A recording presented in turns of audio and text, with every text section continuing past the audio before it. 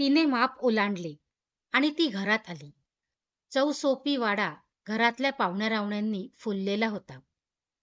गरिबा घरची पोरती म्हणून बापाने तिच्यापेक्षा 15 वर्षांनी मोठ्या बिजवराशी तिचे लग्न लावून घरातला एक खाता जीव कमी केला होता.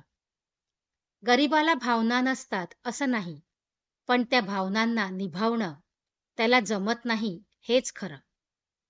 नुकतेच 18 वर्षांची झालेली मालन लग्न करून आज देशमुख घराण्याची सून झाली होती. मालनला कळले होते की पहिल्या बायकोची छोटी 2 मुले आहेत आणि नंतर 3 लग्न झालीत. त्यातली एक मेली आणि 2 बायका पळून गेल्यात. काय कारण असावं? रावसाहेब तिचा नवरा तसा तिला बरा वाटलेला.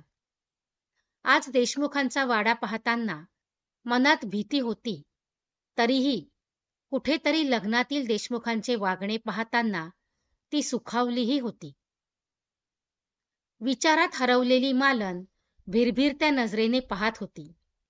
तेवढ्यात आत्याबाई तिला म्हणाल्या, "उठ आणि माझ्या खोलीत झोपायला चल. दमली असशील. उद्या पुन्हा पूजा आहे तर लवकर उठायचं आहे. पाणी प्यायचे असेल तर पिऊन ये." मालन जायला निघाली. माझघराच्या खिडकीजवळ ठेवलेला माठ तिने पाहिला. पाणी प्यायली आणि बाहेरच्या खिडकीत काहीतरी हलतंय असं तिला वाटले. जवळ जाऊन पाहू म्हणून ती खिडकीजवळ गेली तर जरा दूर विहिरीच्या बाजूला असलेल्या झाडाला लपटून काहीतरी हलत होतं. विहिरीच्या जवळ टांगलेला मिणमिणता दिवा. त्या प्रकाशात ते हलणारे काळसर. ती निरखून पाहतच होती तर म्याव म्याव. तिच्या समोरच एक काळी मांजर खिडकीत बसून तिच्याच कडे पाहत होती.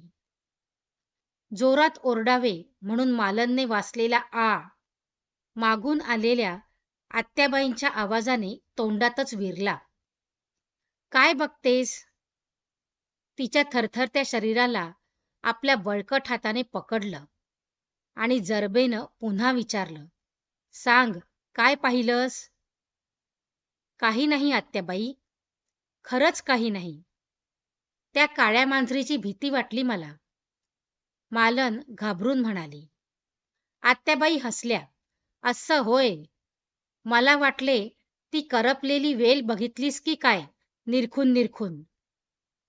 म्हणत विचित्रच हसल्या आत्याबाई. तेवढ्यात मालनच्या सासूबाई आल्या आणि म्हणाल्या, "वंस, अहो इथे काय करताय?" "मालन, तू झोप हो या बाजूच्या खोलीत. मी छोट्या काकूला सांगते तुझ्यासोबत झोपायला." मालन भरकन ओसरीत आली आणि सासूबाईंनी दाखवलेल्या खोलीकडे जाऊ लागली. "सोडा, सोडा मला!" चा आवाज तिच्या कानावर पडला आणि आपोआप धाडकन दरवाजा उघडला गेला. कुणीतरी पळतय, धापा टाकतायचे आवाज येत होते. मालनने खोलीत पाहिले तर आत कुणीच नाही. लांब श्वास. खोलीच्या त्या खिडकीत तीच काळी मांजर आणि तेवढ्यात लाईट गेले. खोलीत संपूर्ण अंधार. खोलीचा दरवाजा तसाच धाडकन बंद झाला. बाहेर कुत्रा मोठमोठ्याने ओरडत होता. कानांवर हात ठेवून ती ओरडली, "वाचवा!" पण आवाज फुटलाच नाही वा तिच्या घशातच अडकलेला. तिला वाटले आपल्या दंडांना धरून कोणीतरी खिडकीकडे ओढत नेतय. तिचा प्रतिकार चालू असतानाच लाईट आले आणि दरवाजात आत्याबाई उभ्या. "हे काय, पुन्हा घाबरलीस की काय?" म्हणत त्या विचित्र हसल्या. मालनच्या घशाला कोरड पडलेली. आत्याबाईंनी नजरेनेच पाण्याचा पेला तिला दाखवला. तो पेला घेण्याकरता ती पुढे सरकली. तेवढ्यात पुन्हा अंधार झाला आणि आत्याबाईंनी तिच्या तोंडाला पेला लावला. "पाणी पी हो, पाणी." लाल काढा म्हणत पुन्हा त्या विचित्र हसल्या.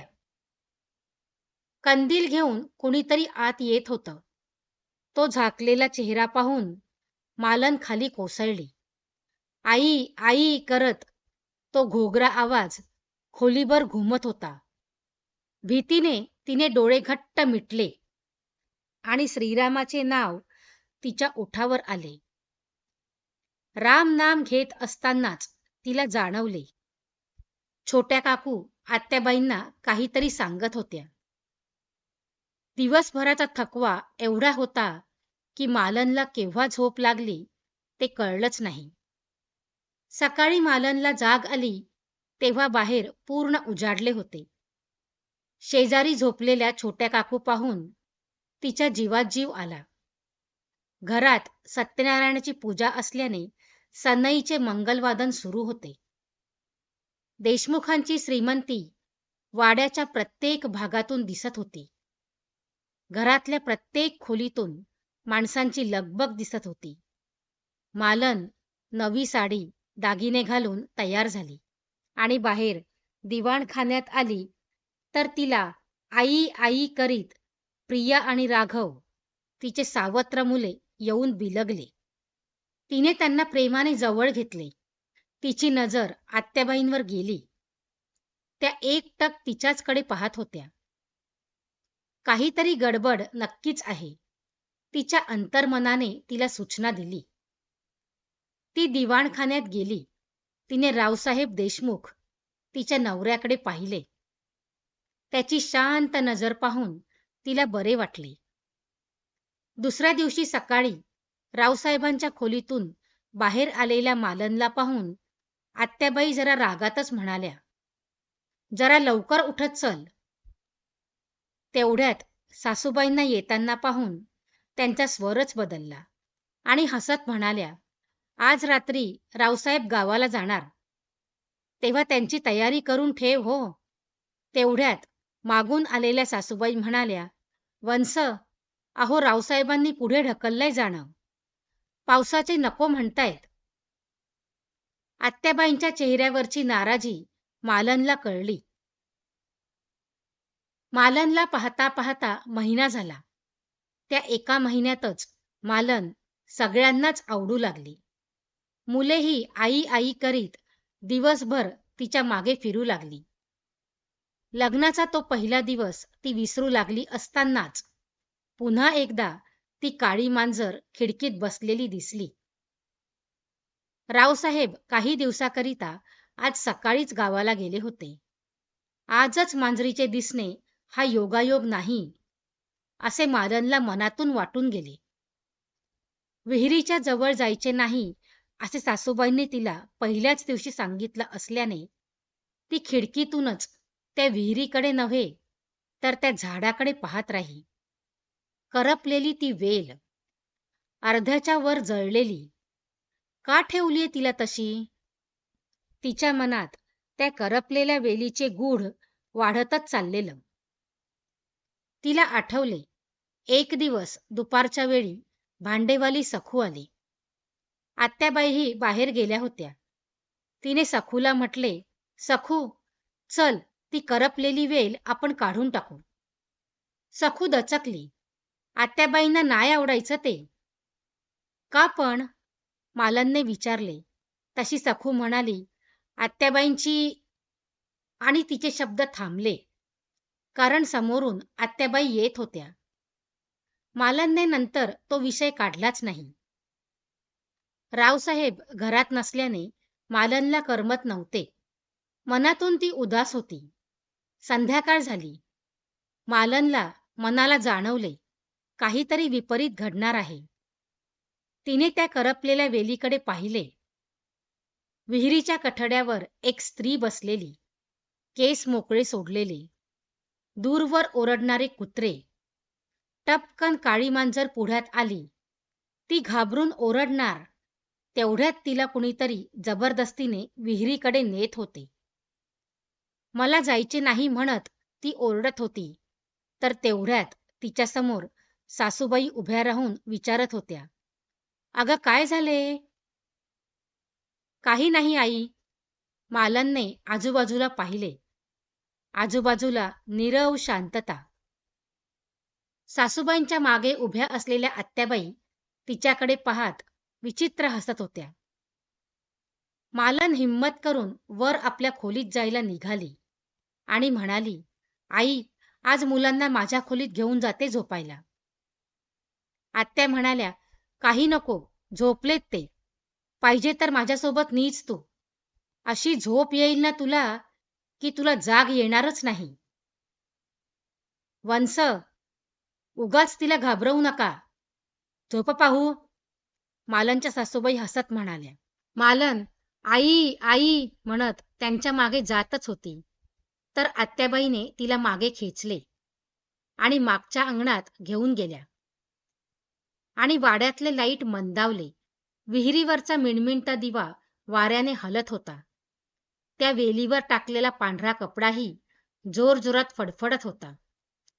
तिच्या पायात घुटमळणारी काळी मांजर, आत्याबाईंचे हसणे आणि चेहऱ्यावरच्या त्या गूढ हास्यांसह त्या म्हणाल्या, चल, ती वेल काढून टाकायची ना तुला? आज काढूया. त्यांच्या वेडसर हास्याने मालन घाबरून गेली. थरथर कापत ती, नाही, नको नको म्हणत होती. आत्याबाई म्हणाल्या, सखूला जे विचारत होतीस ते मी सांगते तुला. ती वेल नाही, लेक आहे माझी. रावसाहेबांची बायको, या घरची सून, जी या देशमुखांच्या वाड्यात करपलीये. जाळलीये तिला. रावसाहेबांच्या वागण्यावर जाऊ नकोस. अजून तुला खरे रंग कळायचे आहे. चल चल करत आत्याबाई तिला ओढू लागल्या. जोराचा वारा सुटलेला. ती करपलेली वेल वाऱ्याने जोरजोरात हलत होती. मालन ओरडू पाहत होती, तर तिच्या तोंडावर हात ठेवून त्या तिला पुढे ढकलत होत्या. बस इथे लवकर. या विहिरीच्या कठड्यावर बस. माझी लेक बघते तुला. त्या तिला कठड्यावर बसवत असतानाच कुणीतरी तिला बाहेर ओढले आणि तिने पाहिले तर ती रावसाहेबांच्या मिठीत होती. एक क्षण तिचा विश्वासच बसेना. तिने त्यांच्या डोळ्यांकडे पाहिले. त्या नजरेतला विश्वास पाहून तिला हायसे वाटले आणि तिने डोळे मिटले. वाड्यातले लाईट लागले. घरातले सगळे बाहेर आले. वंस, काय करत होतात तुम्ही? सासूबाईंचा आवाज मालनच्या कानावर आला. सासरे आपल्या बहिणीला म्हणाले, मायाताई, अगं काय चालवलंय हे तू? आत्याबाई ओरडून म्हणाल्या, माझ्या लेकीला मारलत तुम्ही, जाळलत तुम्ही तिला. करपून गेली होती ती. घरातले सगळे आश्चर्याने आत्याबाईंकडे पाहत होते, ऐकत होते. तेवढ्यात दादासाहेब म्हणजे आत्याबाईंचे पती पुढे आले आणि त्यांनी मायाच्या आपल्या बायकोच्या कानाखाली दिली आणि जोरात ओरडले, भानावर ये माया, भानावर ये. आपली लेक गेली, तिच्या नशिबाने गेली. यांचा काय दोष? अगं तुझा भाऊ भाऊजय किती मानतो तुला, आणि हे काय करतेस तू? दादासाहेब हतबल होऊन म्हणाले, दवाखान्यात सुद्धा तुझी लेक 10 वेळा सांगत होती, आई माझीच चूक झाली. सर्वांनी शर्थीचे प्रयत्न केलेत मला वाचवण्याचे, पण तूच तिला पटवत राहिलीस की तुला जाळण्यात आलंय. ती जीवाजीव असेपर्यंत नाकारत राहिली आणि या घरात रसरसलेल्या माझ्या लेकीला तू या वेलीच्या रूपात करपवत ठेवलंयस इथं. एक दिवस ही मालन माझ्याजवळ आली आणि तिने काही गोष्टी सांगितल्या. मग मला सगळाच उलगडा झाला आणि मग तुला पकडण्यासाठी आम्ही सापळा रचला. रावसाहेबांनी गावी जावे म्हणून चाललेला तुझा आग्रह मलाच आधी कळला. सगळेच सुन्न होऊन ऐकत होते. कुणाच्या ध्यानी मनी स्वप्नी देखील येणार नाही असे अतर्क्य समोर दिसत होते. रावसाहेबांची मोडलेली संपलेली तिन्ही लग्न मालनच्या सतर्कतेने, हुशारीने कारण समोर आले होते. रावसाहेब उठले आणि त्यांनी रात्रीच ती वेल उखडून टाकली. दुसऱ्या दिवशी सकाळी आई आई करीत मुलं उठली. मालन कुठे आहे म्हणून शोध घेतला आणि दिसले मालन तिथे सायलीचा वेल लावत होती. मित्रांनो, कथा आवडली असेल तर व्हिडिओला लाईक करा, शेअर करा आणि कमेंटही करा आणि आपल्या चॅनलला सबस्क्राईब करा. धन्यवाद.